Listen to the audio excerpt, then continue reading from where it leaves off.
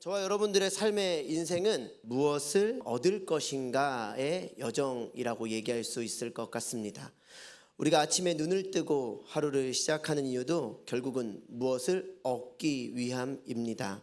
어떤 사람은 직장에서 성과를 얻기 위해서, 어떤 이는 자녀의 성공을 위해서, 어떤 사람은 건강을 얻기 위해서 하루를 살아갑니다. 그런데 문제는 그 얻으려는 것을 우리가 얻었을 때에 참된 답이 될 수 있느냐라는 것입니다. 성경은 오늘 사도행전 이 3장을 통해서 우리에게 이렇게 묻고 있는 것 같습니다. 여러분은 지금 무엇을 얻으려 하십니까? 여러분은 무엇을 얻으려 하십니까? 성전 미문 앞에 앉아있던 이 나면서부터 걷지 못했던 사람, 그는 은과 금을 얻기 위하였습니다. 그러나 하나님은 그에게 전혀 다른 것을 주셨습니다. 은과 금이 아니라 예수 그리스도의 이름을 통해 새로운 생명을 얻은 것입니다. 오늘 우리도 말씀 가운데 회복의 역사, 또한 새로운 생명의 역사가 일어나기를 주님의 이름으로 축복합니다. 먼저 오늘 1절 말씀 함께 보시면요, 이렇게 기록하고 있습니다. 제9시 기도 시간에 베드로와 요한이 성전에 올라갈새. 여기서 제9시는 우리가 잘 알고 있는 것처럼 오후 3시를 가리키죠. 유대인들은 이렇게 하루에 3번 기도를 했습니다. 오전 9시, 정오, 그리고 오후 3시에 기도하는 습관을 가지고 있었습니다. 사도들이 성령을 받았죠. 새로운 공동체를 세워갔음에도 불구하고 여전히 이들은 성전에 올라가 기도하는 습관을 지켰다는 것에 우리는 주목해야 합니다.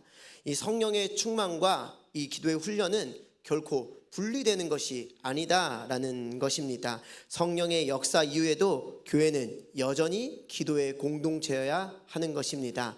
바라기는 우리 삼강교회가 기도의 공동체가 되기를 간절히 소원합니다. 이어지는 2절 말씀 이렇게 말씀하고 있네요. 나면서 못 걷게 된 이를 사람들이 메고 오니. 이 누가는 단순히 못 걷게 되었다가 아니라 나면서부터라고 강조하고 있습니다. 이것은 우리 사람의 절대적인 무능력을 보여주는 말씀입니다. 이 사람은 스스로의 힘으로 한 걸음도 내디딜 수가 없었습니다. 마치 우리가 태어날 때부터 영적으로 죄와 이 죽음 가운데 묶여서 스스로 하나님께 나아갈 수 없던 것처럼 말입니다. 그는 날마다 성전 미문에 앉아 있었다라고 성경은 말씀하고 있어요. 미문은 아름다운 문을 이야기합니다. 이 문은 그 크기와 화려함 때문에 다른 문과는 조금 구별되었던 것 같습니다. 그런데 참 역설적이지 않습니까? 가장 아름다운 문 앞에 가장 비참한 인생이 앉아 있습니다. 가장 거룩한 성전으로 들어가는 문 앞에 가장 절망적인 인생이 지금 놓여져 있는 것입니다. 세상의 화려함 앞에 인간의 무력함이 대조적으로 드러나는 이 본문입니다. 그는 매일 그곳에 앉아 구걸했습니다. 단순히 저에게 돈 좀 주십시오, 저에게 돈 좀 주십시오 라고 하는 정도가 아니라 매일 반복적으로 습관적으로 요구하고 있습니다. 그는 늘 남에게 의존해야만 살아갈 수 있었습니다. 하루하루 구걸하는 것 외에는 그 사람에게 어떠한 소망도 없었다라는 것입니다. 사랑하는 성도님들, 이 모습이 어쩌면 오늘을 살아가는 우리의 모습과 닮아 있는 것 같습니다. 우리는 스스로의 힘으로 어떠한 것도 할 수 없는 연약한 존재입니다. 세상은 화려해 보이지만 우리의 마음은 때로 텅 빈 것 같습니다. 우리는 성전 미문 같은 세상의 문 앞에 앉아 누가 던져주는 그 은과 금에 의존하며 살아가고 있을지도 모릅니다. 오늘의 우리의 현실을 한번 살펴보시길 바랍니다. 한국은행이 발표한 자료에 따르면 우리나라의 이 가계부채가 약 1927조 원에 달한다라고 합니다. 전 세계에서 가장 높은 수치입니다. 그래서 어쩌면 많은 사람들이 조금만 더 벌 수 있으면, 조금만 더 빚을 갚을 수 있다면 이라고 생각할지 모릅니다. 그러나 문제는 또 무엇입니까? 그렇게 돈을 좀 더 벌고 우리의 빚을 조금 더 탕감하더라도 인생이 만족으로 채워지지 않는다라는 것입니다. OECD 국가 가운데 한국은 여전히 자살률이 1위입니다. 사람들이 눈앞에 문제만을 바라보다가 결국 인생의 근본적인 소망을 잃어버렸다라는 것입니다. 우리가 잘 알고 있는 사마리아 여인의 이야기를 한번 떠올려 보시기를 바랍니다. 사마리아 여인은 아무도 물을 기르러 나오지 않는 그 시간에 물을 기르러 나옵니다. 사람을 만나고 싶지 않습니다. 하지만 물을 길지 않으면 살아갈 수 없기에 이 사람들이 없는 시간을 틈타 물을 기르러 나온 것입니다. 이때 이 여인을 예수님께서 만나 주십니다. 그럼 그녀는 예수님께 이렇게 요청합니다. 요한복음 4장 15절 말씀 보면은 여자가 이르되 주여 그런 물을 내게 주사 목마르지도 않고 또 여기 물 기르러 오지도 않게 하옵소서. 그녀의 기대는 무엇입니까? 단순히 물을 기르러 오는 수고를 더는 것이었습니다. 당장의 목마름의 해결이 그의 소원이었습니다. 그러나 예수님은 그녀에게 영원히 목마르지 않는 생수를 약속하셨습니다. 인간의 소망은 늘 일시적이지만 하나님의 은혜는 영원합니다. 광야를 지나는 이스라엘 백성도 그랬습니다. 그들은 애굽에서 먹던 고기가마와 떡을 그리워했죠. 그러나 하나님은 그들이 구한 것보다 더 놀라운 하늘의 양식 만나를 주셨습니다. 사람은 늘 이 눈앞에 떡만 구하지만 하나님은 하늘의 양식을 예비하시는 하나님인 줄 믿으시길 바랍니다. 사랑하는 성도님들, 오늘 우리의 기도는 어떻습니까? 혹시 오늘 본문의 안진뱅이와 같지 않습니까? 조금만 더 돈을 주십시오. 이 병만 고쳐주십시오. 이 문제만 해결해 주십시오. 물론 하나님은 우리의 필요를 아십니다. 하지만 하나님은 단순히 문제 해결자가 아니다라는 것입니다. 하나님은 우리 인생 전체를 새롭게 하시는 하나님이신 줄 믿으시길 주의 이름으로 축복합니다. 오늘 우리의 시선을 들어야 하는 것입니다. 눈앞에 은과 금이 아니라 영원한 생명을 주시는 예수 그리스도를 바라보아야 하는 것입니다. 오늘 우리의 기도가 단순한 이 필요의 나열이 아니라 하나님의 뜻을 구하는 이 기도가 되어야 합니다. 우리의 기도가 눈앞에 이 동전 몇 입이 아니라 영원한 생명 예수 그리스도가 되기를 간절히 소원합니다. 오늘 말씀을 통해서 우리의 삶이 눈앞에 필요에 매여 있는 것이 아니라 하나님의 더 큰 은혜를 사모하는 그 자리로 옮겨져야만 합니다. 본문을 통해 우리는 사람은 늘 해결을 구한다는 것을 알게 됩니다. 사도행전 3장 3절에서 5절 말씀 우리 함께 읽겠습니다. 시작. 그가 베드로와 요한이 성전에 들어가려 함을 보고 구걸하거늘 베드로가 요한과 더불어 주목하여 이르되 우리를 보라 하니 그가 그들에게서 무엇을 얻을까요 바라보거늘. 3절 말씀은 그가 베드로와 요한이 성전에 들어가려 함을 보고 구걸하거늘 이라고 얘기합니다. 구걸하거늘. 앞서 말씀드린 것처럼 이 단어는 단순히 한 번 요청했다라는 게 아닙니다. 계속적으로 습관적으로 끊임없이 요구하고 있었다라는 겁니다. 이 사람의 삶은 매일 같은 자리에서 같은 행동을 반복하는 인생입니다. 매일 구걸하고 매일 시선을 붙잡고 매일 누군가의 동정을 기다려야만 했습니다. 이 사람의 인생은 구걸하는 것 외에는 아무 소망도 없었기 때문입니다. 말씀은 이렇게 이어집니다. 베드로가 요한과 더불어 주목하여 이르되 우리를 보라 하니. 여기서 주목하다라는 것은 그냥 단순히 눈길이 닿았다라는 것이 아닙니다. 이 사람의 인생 전체를 주목하고 그의 절망을 깊이 바라보았다라는 것이죠. 그리고 이어지는 5절 그가 그들에게 무엇을 얻을까요 바라보거늘. 얻을까 기대하고 갈망하는 것을 뜻하고 있습니다. 지금 전심으로 온 마음을 다하여서 지금 얻을까 하고 있는 것입니다. 그런데 그 전심으로 온 마음을 다하여서 기대한 것이 무엇입니까? 고작 동전 몇 입이었습니다. 그의 기대는 너무나도 작았습니다. 이 모습이 오늘 우리의 모습과 닮아 있다라는 것입니다. 우리는 매일 같은 자리에 앉아 있습니다. 매일 직장에 가고 매일 가정의 문제를 안고 매일 먹고 사는 일에 매달립니다. 그리고 우리의 기도는 종종 이와 같죠. 하나님, 돈을 조금만 더 주십시오. 이번 달만 넘기게 해주십시오. 이 병만 고쳐주십시오. 이 문제만 해결해 주십시오. 우리의 기도와 기대가 은과 금 연립에 불과할 때가 얼마나 많은지 모르겠습니다. 제가 앞서 우리나라 가계부채가 약 1927조 원에 달한다라고 말씀드렸죠. 그래서 많은 사람들이 이 경제적 압박 속에 살아가고 있는 것 같습니다. 가정이 무너지는 이유 중 가장 큰 부분도 이 돈 문제 아니겠습니까? 우리나라에서 가장 큰 이혼 사유 중 하나가 경제적 갈등이라고 합니다. 이처럼 은과 금은 우리를 지배하는 가장 강력한 우상과도 같습니다. 오늘 본문의 안진뱅이와 같은 이 모습이 바로 오늘 한국 사회의 초상인지 모르겠습니다. 성경은 이미 이 사실을 수없이 보여주죠. 앞서 다뤘던 사마리아 여인, 광야의 이스라엘 백성들처럼 말입니다. 하지만 예수님께서는 무엇이라고 말씀하고 계십니까? 마태복음 6장 31절 말씀 우리 같이 읽습니다. 시작.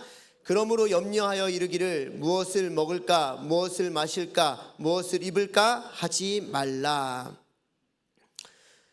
이방 사람들이 다 구하는 것이지만 하늘 아버지께서는 무엇을 먹을까, 무엇을 마실까, 무엇을 입을까, 이것들이 우리에게 있어야 할 줄 아신다라고 이야기하십니다. 우리의 필요를 아신다라는 것입니다. 하지만 성경은 우리의 기도와 소망이 단순히 눈앞의 문제에만 머물러서는 안 된다라고 말씀하고 있는 것입니다. 사랑하는 성도님들, 우리가 오늘 구하고 있는 것은 무엇입니까?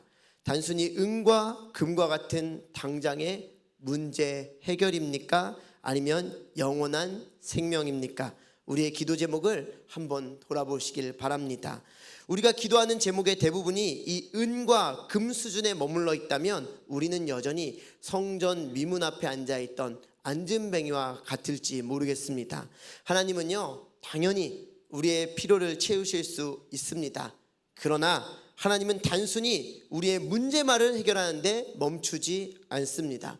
하나님은 우리의 인생 전체를 새롭게 하기를 원하시는 줄 믿으시길 주의 이름으로 축복합니다. 그러므로 오늘 우리의 기도가 달라져야겠습니다. 단순히 문제 해결을 구하는 기도를 넘어서 하나님의 뜻을 구해야 합니다. 하나님의 나라를 구해야 합니다. 오늘 우리의 시선을 들어야 합니다. 은과 금이 아니라 예수 그리스도를 바라보시길 주님의 이름으로 축복합니다. 눈앞의 문제 해결이 아니라 영원한 생명을 붙잡으시길 주의 이름으로 축복합니다. 우리의 기도가 바뀌고 우리의 기대가 새로워져야 하는 것입니다. 우리의 시선이 달라져야 하는 것입니다. 오늘 이 자리에 있는 모든 성도님들이 눈앞에 은과 금을 넘어서 하나님의 더 크고 영원한 은혜를 구하는 믿음의 성도님들이 되시길 주님의 이름으로 축복합니다. 그렇다면 성도님들께 적용 질문을 드리겠습니다. 우리 같이 읽어볼까요? 시작. 나는 요즘 기도의 대부분을 돈, 건강, 자녀 문제 같은 당장의 필요에만 집중하고 있지는 않습니까? 이번 주 내 삶에서 은과 금이 아니라 예수님을 구해야 할 구체적인 영역은 어디입니까? 한번 이 말씀을 적용해 보시고 셀모인 가운데 나누시길 바랍니다. 우리는 이렇게 해결을 구하지만 하나님은 회복을 주시는 하나님입니다. 사도행전 3장 6절에서 7절 말씀입니다. 우리 같이 읽어볼까요? 시작. 베드로가 이르되 은과 금은 내게 없거니와 내게 있는 이것을 내게 주노니 나사렛 예수 그리스도의 이름으로 일어나 걸으라 하고 오른손을 잡아 일으키니 발과 발목이 곧 힘을 얻고. 6절에서 이렇게 말하죠. 베드로가 이르되 은과 금은 내게 없거니와 내게 있는 이것을 내게 주노니 곧 나사렛 예수 그리스도의 이름으로 일어나 걸으라. 안진뱅이가 원했던 건 무엇입니까? 은과 금이었습니다. 그러나 베드로는 은과 금은 내게 없다, 은과 금은 내게 없다 라고 단호히 선언합니다. 여기서 우리는 중요한 사실 하나를 깨닫게 됩니다. 사람이 원하는 것과 하나님이 주시는 것은 다르다라는 것입니다. 사람은 눈앞에 문제 해결을 원하지만 하나님은 인생 전체를 새롭게 하시고 회복시키시는 하나님입니다. 베드로가 선포합니다. 나사렛 예수 그리스도의 이름으로 일어나 걸으라. 안진뱅이가 언제 일어나 걸을 것을 꿈꿔 보았겠습니까? 매일 짐짝 같은 취급을 받으며 사람들에게 매여와야 했던 사람. 이 사람은 은과 금의 해결을 넘어서 일어나 걸으라. 이 일어나 걸으라의 회복을 경험한 줄 믿으시길 축복합니다. 사랑하는 성도님들, 하나님은요 우리가 잠시 일어나 걷는 것을 원하시는 것이 아닙니다. 하나님은 우리가 죽음에서 일어나 부활의 생명으로 걷기를 원하십니다. 이것이 바로 예수 그리스도의 이름의 능력인 줄 믿습니다. 이어지는 7절은 이렇게 말합니다. 오른손을 잡아 일으키니 즉시 그의 발과 발목이 힘을 얻고, 여기서 힘을 얻었다라는 것은 견고하게 세워졌다, 단단히 붙들렸다, 확실하게 하다라는 의미를 갖고 있습니다. 즉 하나님의 은혜는 잠시의 치유가 아니라 평생을 견고하게 붙드는 은혜이고 능력이다라는 것입니다. 세상의 은과 금이 잠시 도움을 줄 수 있습니다. 그러나 예수 그리스도의 이름은 우리의 인생 전체를 새롭게 하고 흔들리지 않는 기초 위에 우리를 살아가게 하는 것입니다. 이러한 은혜가 우리 가운데도 가득하기를 주의 이름으로 축복합니다. 우리가 눈앞의 문제만 바라보다가 더 큰 것을 놓칠 때가 얼마나 많이 있습니까? 앞서 말씀드린 것처럼 많은 이들이 돈만 있으면, 건강만 회복되면, 자녀만 잘 되면 이라고 말합니다. 그러나 하나님은 우리의 문제를 넘어서 삶 전체를 어떻게 해요? 새롭게 하신다라는 것이죠. 사랑하는 성도님들, 하나님은 오늘도 우리에게 말씀하십니다. 일어나라. 절망 가운데 앉아있는 자여 일어나라. 실패와 낙심에 눌린 자여 일어나라. 죄와 중독에 묶인 자여 일어나라. 예수 그리스도의 이름 안에는 부활의 능력이 있습니다. 우리의 삶이 흔들리고 무너질 때 우리는 종종 은과 금을 구합니다. 하지만 우리 주님은 근본적으로 우리를 새롭게 하신다라는 것이죠. 잠시 걷는 것에 멈추는 것이 아니라 평생을 견고히 세워 가신다라는 것입니다. 바라기는요, 오늘 예배드리는 우리의 모두가 눈앞의 문제 해결만이 아니라 인생 전체에 새로움을 주시는 예수 그리스도의 이름을 붙잡기를 주의 이름으로 축복합니다. 또 적용 질문을 드리겠습니다. 우리 같이 읽어볼까요? 시작. 나에게 하나님의 회복을 막고 있는 불신앙의 태도는 무엇입니까? 이번 주에 내가 믿음으로 일어나라 라고 선포하며 결단해야 할 구체적인 한 가지는 무엇입니까? 또 생각해 보시고 나눔 가운데 함께 하시길 바랍니다. 하나님은요 우리를 회복하십니다. 그리고 이 회복은 증거로 드러난다라는 것입니다. 사도행전 3장 8절에서 10절 말씀 같이 읽겠습니다. 시작. 뛰어서서 걸으며 그들과 함께 성전으로 들어가면서 걷기도 하고 뛰기도 하며 하나님을 찬송하니 모든 백성이 그 걷는 것과 하나님을 찬송함을 보고 그가 본래 성전 미문에 앉아 구걸하던 사람인 줄 알고 그에게 일어난 일로 인하여 심히 놀랍게 여기며 놀라니라. 8절 이렇게 기록하고 있어요. 뛰어서서 걸으며 그들과 함께 성전에 들어가면서 걷기도 하고 뛰기도 하며 하나님을 찬송하니. 안진뱅이는 단순히 일어나 걷는 데서 멈추지 않았습니다. 그는 성전으로 들어가 하나님을 찬양합니다. 이것이 바로 은혜의 본질입니다. 은혜는요 우리를 살립니다. 은혜는요 우리를 변화시킵니다. 그리고 은혜는요 반드시 증거로 나타납니다. 여기서 뛰다 라는 단어는 튀어나가다, 뛰어오르다 라는 뜻입니다. 이 사람 나면서부터 걷지 못했습니다. 평생 단 한 번도 뛰어본 적이 없었습니다. 아니 홀로 일어서본 적조차 없었던 사람입니다. 그런데 이 예수 그리스도의 이름으로 일어나니까 그는 단순히 걸은 것이 아니라 뛰었습니다. 얼마나 기쁘면 튀어나갔다 라고 성경은 기록하고 있습니다. 이 은혜는 언제나 기쁨을 낳습니다. 이어지는 표현은 하나님을 찬송하니입니다. 찬양했다, 영광을 돌렸다라는 것이죠. 누가복음 2장을 보면은 목자들이 이 아기 예수를 보고 돌아갈 때 그들은 하나님을 찬송하며 돌아갑니다. 예수님을 만난 사람들, 이 은혜를 경험한 사람들의 입술에는 반드시 찬양이 흘러나옵니다. 은혜를 받았는데 우리에게 찬양이 없다면, 기뻐 뛰며 찬송함이 없다면 그것은 은혜를 온전히 누린 것이 아닐지 모릅니다. 은혜를 체험한 자는 침묵할 수 없습니다. 입술을 열어 감사하게 되고 삶으로 증거하지 않을 수 없다라는 말씀입니다. 9절에서 10절 이렇게 말하고 있어요. 모든 백성이 그 걷는 것과 하나님을 찬송함을 보고 그가 본래 성전 미문에 앉아 구걸하던 사람인 줄 알고 그에게 일어난 일로 인하여 심히 놀랍게 여기며 놀라니라. 사람들이 그를 보았습니다. 사람들이 그를 보고 심히 놀랍게 여겼습니다.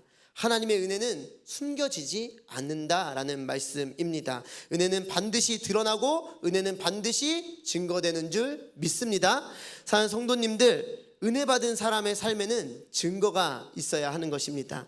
우리가 예배당 안에서 눈물 흘리며 은혜 받았다라고 말합니다. 그런데 그 은혜가 우리의 가정과 일터와 삶 속에서 드러나지 않는다면 그것이 온전한 은혜라고 말할 수 있겠습니까? 누가복음 17장에서 보면 나병 환자 10명이 예수님께 깨끗함을 받았습니다. 그러나 그중 단 한 사람만이 돌아와 하나님께 영광을 돌렸습니다. 은혜를 받은 사람은 반드시 하나님께 영광을 돌려야 하는데도 말입니다.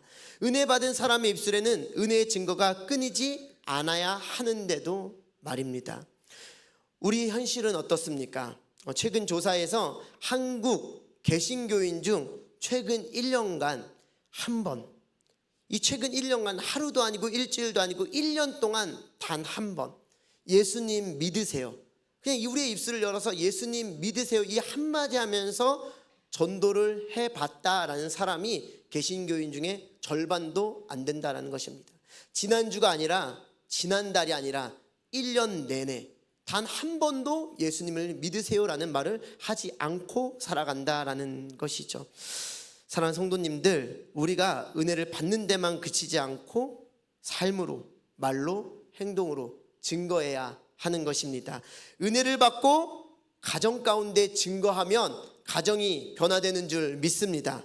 직장으로 가서 직장 가운데 증거하면 직장이 변화되는 줄 믿습니다. 우리의 삶의 어떤 상황과 환경 가운데 우리가 나아가 증거하면 그곳이 변화되는 줄 믿으시길 주의 이름으로 축복합니다. 이것이 은혜 입은 자의 삶이다라는 것입니다. 오늘 예배하는 우리 가운데도 이런 놀라운 역사가 가득하기를 주의 이름으로 축복합니다. 사랑하는 성도님들, 은혜 받은 사람은 침묵할 수 없는 것입니다. 입술에 고백이 있어야 하고 삶의 변화로 드러나야 하는 것입니다. 오늘 우리 가운데 하나님께 받은 은혜가 여러분 있으십니까? 조금밖에 없으십니까?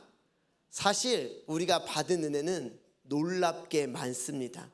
하나님께 우리는 구원의 은혜를 받았습니다. 또한 매일의 삶 가운데 주님의 세심한 그 은혜를 매일같이 받아 누리면서 살아가고 있습니다. 그렇다면 우리가 그 은혜를 간직하는 데만 머물지 말고 세상 앞에 증거하시길 바랍니다. 가정에서, 일터에서, 이웃 가운데서 하나님의 은혜를 드러내시는 복된 성도님 되시기를 간절히 소원합니다. 적용 질문 드립니다. 우리 같이 읽어보도록 하겠습니다. 시작. 내가 은혜를 받았다고 고백하면서도 집이나 직장에서는 여전히 짜증과 불평이 가득하지는 않습니까? 내 가족과 이웃이 저 사람은 정말 하나님을 만났구나 하고 느낄 수 있는 증거가 내 삶 속에 드러나고 있습니까? 이번 주에 내가 받은 은혜를 구체적으로 증거할 방법은 무엇입니까? 한번 구체적으로 생각해 보시고 나누시고 실천하시길 바랍니다. 사랑하는 성도님들, 오늘 우리가 함께 나눈 사도행전 3장의 말씀은요, 단순히 옛날에 있었던 한 기적 이야기가 아닙니다. 이것은 오늘 우리의 인생과 이 교회 가운데 여전히 유효한 놀라운 약속의 말씀인 줄 믿으시길 바랍니다. 사람은 언제나 해결을 구합니다. 성전 미문 앞에 앉은 뱅이도 은과 금을 기대했습니다. 우리도 다르지 않습니다. 돈 문제, 건강 문제, 자녀 문제, 인간관계 문제 등 우리 눈앞에 문제 해결에만 매달 때가 얼마나 많이 있습니까? 그러나 그것은 언제나 일시적이고 또다시 반복되는 갈증일 뿐입니다. 하나님은 단순한 해결이 아니라 회복을 주십니다. 베드로가 선포했습니다. 은과 금은 내게 없거니와 내게 있는 이것을 내게 주노니 곧 나사렛 예수 그리스도의 이름으로 일어나 걸으라. 하나님은 단순히 문제 해결자가 아닙니다. 하나님은 인생을 새롭게 하시는 회복의 하나님이십니다. 일어나라 라는 이 말씀은 단순히 치유의 명령이 아니라 부활의 언어, 새 생명이 탄생하는 말씀이었습니다. 하나님은 우리의 삶 전체를 새롭게 세워 가십니다. 그리고 진정한 이 회복은 반드시 증거로 나타납니다. 안진뱅이는 단순히 걷는 데서 멈추지 않았습니다. 그는 뛰며 찬송했습니다. 사람들은 그를 보고 놀랐습니다. 은혜는 숨길 수 없었습니다. 은혜는 반드시 입술의 찬송과 삶의 증거로 드러나게 됩니다. 사랑하는 성도님들, 오늘 이 말씀은 우리에게 결단을 요구하는 말씀입니다. 우리의 기도가 이제 좀 달라져야겠습니다. 단순히 주님 이 문제만 해결해 주십시오가 아니라 주님 제 인생 전체를 회복시켜 주시옵소서. 제 가정과 교회와 이 나라를 새롭게 세워 주시옵소서. 이렇게 기도해야 할 줄 믿습니다. 오늘도 베드로의 선포가 우리가 붙잡아야 하는 말씀이 되어야 하는 것입니다. 우리 같이 고백해 볼까요? 은과 금은 내게 없거니와 내게 있는 이것을 내게 주노니 곧 나사렛 예수 그리스도의 이름으로 일어나 걸으라. 혹시 절망 가운데 앉아 계십니까? 예수 그리스도의 이름으로 일어나 걸으시길 주의 이름으로 축복합니다. 낙심에 눌려 계십니까? 예수 그리스도의 이름으로 일어나 걸으시길 주의 이름으로 축복합니다. 죄와 중독 가운데 묶여 있습니까? 예수 그리스도의 이름으로 일어나 걸으시기를 주의 이름으로 축복합니다. 예수 그리스도의 이름에는 부활의 능력이 있는 줄 믿으시기를 바랍니다. 오늘 우리의 삶이 단순한 문제 해결에만 머무르지 않기를 주의 이름으로 축복합니다. 오늘 우리의 인생이 근본적인 회복을 경험하기를 간절히 소원합니다. 그리고 그 은혜를 우리 가정과 직장과 세상 가운데 증거하시기를 주의 이름으로 축복합니다. 우리 시대에도 이러한 회복의 은혜를 경험한 한 분이 계십니다. 바로 기도는 사라지지 않는다를 비롯해 여러 책을 쓰신 최상훈 목사님입니다. 얼마 전 저희 교역자 모임 때 우리 원로 목사님께서 이분을 한번 소개시켜 주셨고 책도 소개시켜 주셔서 저도 이 책을 읽어보았는데 여러분들께 한번 소개하고 싶습니다. 이 목사님은 선교사로 부르심을 받아 가장 덥다고 할 수 있는 아프리카, 또 가장 춥다고 할 수 있는 알래스카에서 사역하시다가 지금은 이제 한국에서 목회 활동을 하고 계십니다. 이 최상훈 목사님께서 아프리카에서 7년간 헌신하시고 안식년을 맞아서 이 뉴질랜드로 갈 계획을 세우셨다라고 합니다. 얼마나 고생을 했겠습니까? 그런 이제 뉴질랜드에서 좀 안식년을 갖고 쉼을 얻기 위한 그 계획들을 세우셨습니다. 근데 기도 가운데 주님께서 이렇게 말씀하셨다라고 해요. 상훈아, 네가 가장 더운 나라에서 7년 동안 고생했는데 이제 나를 위해 가장 추운 곳에 가서 7년을 일해 주겠니? 귀로는 들었지만 이 마음으로는 외면하고 싶었던 음성이었다라고 합니다. 그렇지 않겠습니까? 수고한 가족, 또 지친 자신의 몸과 영혼을 좀 쉼을 얻고 싶지 않았겠어요. 그러니까 이 아내 사모님께도 말씀하지 못하고 끙끙 앓고 있었다라고 합니다. 그런데 며칠 뒤에 사모님 역시 하나님께 동일한 음성을 듣게 되었다라고 해요. 그래서 이 목사님 내외분께서 이제 순종하는 마음으로 알래스카 선교의 길을 오르셨습니다. 근데 우리가 순종의 길 하면 어떠한 것을 기대합니까? 순종, 문제 해결, 순종, 복, 이런 것들을 우리가 기대하지 않습니까? 근데 목사님께서는 그곳에서 가슴을 찢는 이 시련을 경험합니다. 이 사랑하는 아들이 눈앞에서 2층 창문에서 떨어져 세상을 떠난 것입니다. 이 18개월 된 둘째 아들을 잃는 그 순간 목사님의 이 삶은 송두리째 무너져 내렸다라고 해요. 하나님, 왜입니까? 제가 주님의 부르심을 따라 모든 것을 버리고 여기까지 왔는데 왜 이런 아픔을 제 가정에 허락하십니까? 이 마음으로 제가 어떻게 더 목회할 수 있겠습니까? 이런 깊은 절망 가운데 있을 때 하나님께서 친히 말씀해 주셨다라고 합니다. 상훈아, 마음이 많이 아프지? 내가 너를 위해 아들을 잃었을 때 나도 그렇게 아팠단다. 그러나 낙심하지 마. 너의 아들 유빈이는 지금 내 곁에 있단다. 그 순간 환상이 열리며 주님 품에 안겨 빛 가운데 웃고 있는 아들의 얼굴이 보였다라고 합니다. 그리고 이 아이의 음성이 들렸다라고 해요. 아빠, 걱정하지 마세요. 나는 여기서 편안히 잘 있어요. 엄마랑 아빠가 올 때까지 아빠를 응원하며 기다릴 거예요. 그 순간 목사님의 마음속에 있던 이 원망과 절망이 눈 녹듯 사라졌다라고 해요. 목사님의 18개월 된 아이는 돌아오지 않았습니다. 현실은 해결되지 않았습니다. 그러나 하나님께서 그 심령을 다시 붙들어 주셨습니다. 하나님은 아픔을 없애주신 것이 아니라 절망 속에 회복의 은혜를 주신 것입니다. 그 후 목사님이 성도들을 위해 기도할 때마다 주님께서 주시는 이 사랑의 마음이 부어졌고 놀라운 역사가 일어났다고 해요. 기도 가운데 곳곳에서 치유의 역사가 일어나기 시작했다라고 합니다. 사랑하는 성도님들, 이것이 바로 오늘 말씀의 핵심입니다. 성전 미문 앞에 앉은 뱅이도 단순히 걸을 수 있는 다리를 얻은 것이 핵심이 아니었습니다. 그는 걷고 뛰며 성전으로 들어가 하나님을 찬송했습니다. 그의 참된 회복은 육신의 회복이 아니라 이 인생의 방향이 바뀐 것입니다. 최상훈 목사님 가정에도 아픔은 여전히 남아 있었지만 하나님은 무너진 심령을 회복시키시고 오히려 복음을 증거하는 증인으로 더욱 견고히 세우셨습니다. 오늘 우리 인생에도 크고 작은 문제와 상처가 있습니다. 그러나 하나님은 해결보다 더 크신 분입니다. 하나님은 회복의 하나님이십니다. 그 회복은 하나님을 예배하게 하고 세상 앞에 복음을 증거하는 삶으로 이어집니다. 사랑하는 성도님들, 오늘 말씀을 마무리하면서 우리 한 마음으로 함께 고백하면 좋겠습니다. 우리 이렇게 고백해 볼까요? 해결이 아닌 회복입니다. 은과 금이 아니라 예수 그리스도입니다. 해결이 아닌 회복입니다. 은과 금이 아니라 예수 그리스도입니다. 또 오늘 이 자리에 함께 예배하는 우리 모두의 인생 가운데 우리 스스로에게 이렇게 선포해 보면 좋겠습니다. 우리의 영혼에 회복이 임할지어다. 우리의 가정에 회복이 임할지어다.